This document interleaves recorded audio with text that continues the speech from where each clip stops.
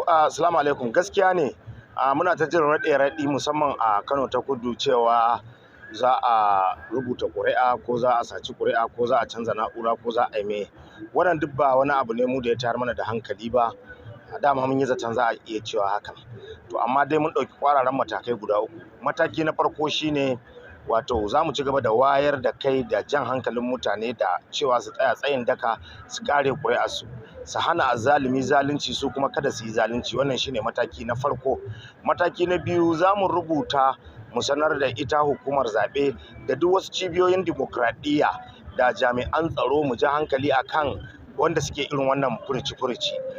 Mataki na uku shine wato tuni dama Allah cikin ikonsa malamanmu da jama'a gaba ɗaya sun ɗauki mataki na addu'a cewa dukkanin mutumin da yake shirin zaluntar mu a wannan zaben Allah ya yi mana maganinsa, Allah ya karya shi.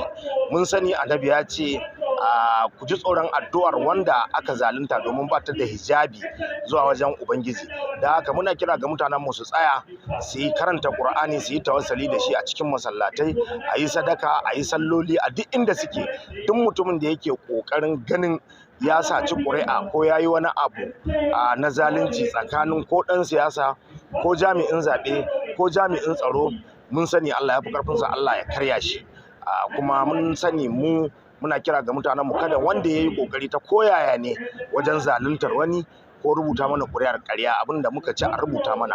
Kuma mun yi imani tunda mun yi imani akwai Allah, mun yi imani ranar kiyama gaskiya ce, mun yi imani akwai hisabi, kuma mun yi imani maganar annabi duk inda ya faɗe ta za ta tabbata cewa ji tsoron addu'ar wanda aka zalunta. Wayannan matakai guda uku tuni mun tsaya a kansu. Allah ya ba mu nasara, kowa ya je ya ci gaba da harkarsa. Wannan abubuwa nasara tana tare da mu in Allah ya yarda.